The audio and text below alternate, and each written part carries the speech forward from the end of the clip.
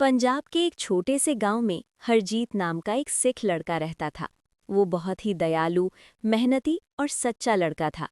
हरजीत हमेशा अपनी माँ की मदद करता और गांव के लोगों की सेवा करता था। हरजीत की माँ उसे हमेशा एक बात सिखाती थी, बेटा, इंसान की असली पहचान उसके अच्छे कर्म होते हैं। हरजीत इस बात को हमेशा याद रखता था। एक दिन सुबह सुबह हरजीत खेतों की तरफ जा रहा था। रास्ते में उसे एक बूढ़ा बाबा दिखाई दिया। वो बहुत थका हुआ लग रहा था और धीरे धीरे चल रहा था। हरजीत तुरंत उसके पास गया और बोला, बाबा जी, क्या हुआ? आप इतने थके क्यों हैं? वो बूढ़ा बाबा बहुत थका हुआ लग रहा था। उसके कपड़े धूल से भरे थे और हाथ में एक पुरानी लाठी थी।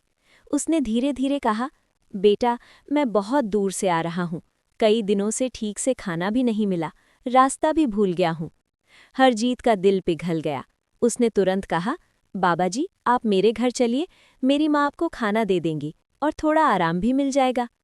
बूढ़े बाबा मुस्कुराए और हरजीत के साथ उसके घर चल पड़े। घर पहुंचकर हरजीत ने अपनी माँ को सारी बात बताई। उसकी माँ भी बहुत दयालु थी। उन्होंने बाबाजी को बैठाया और गरम गरम रोटी, दाल और सब्जी बनाकर खिलाई। बाबाजी ने पेट भरकर खाना खाया और बोले, बेटा, तुम लोग बहुत अच्छे हो। आजकल इतने दयालु लोग कम मिलते हैं।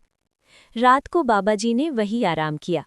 अगली सुबह जब बाबाजी जाने लगे तो उन्होंने हरजीत को बुलाया और कहा, बेटा, तुम्हारी दया देखकर मैं बहुत खुश हूँ।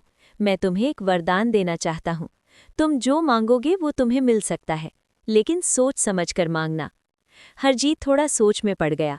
वो चाहता तो बहुत सारी दौलत मांग सकता था, बड़ा घर मांग सकता था या बहुत सारा सोना मांग सकता था, लेकिन उसने अपने गांव के गरीब लोगों के बारे में सोचा। हरजीत ने कहा, बाबा जी, अगर आप सच में मुझे वरदान देना चाहते हैं तो ऐसा कीजिए कि हमारे गांव में कभी कोई भूखा न सोए और सभी बच्चों को पढ़ने का मौका मिले। बाबा जी ये सुनकर बहुत खुश हुए।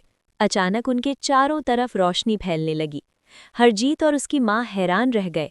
बाबाजी बोले, बेटा, मैं तुम्हारी परीक्षा लेने आया था। तुमने अपने लिए कुछ नहीं मांगा, बल्कि पूरे गांव के लिए सोचा। इसलिए मेरा आशीर्वाद हमेशा तुम्हारे साथ रहेगा। इतना कहकर बाबाजी अचानक गायब हो गए।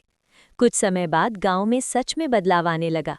गांव में खुशहाली आ गई, लोग एक दूसरे की मदद करने लगे और बच्चों के लिए स्कूल भी बन गया। हरजीत बड़ा होकर एक बहुत अच्छा और समझदार इंसान बना। गांव के लोग उसे बहुत सम्मान देने लगे और हरजीत हमेशा कहता था, सबसे बड़ा धन पैसा नहीं बल्कि दया और सच्चाई है।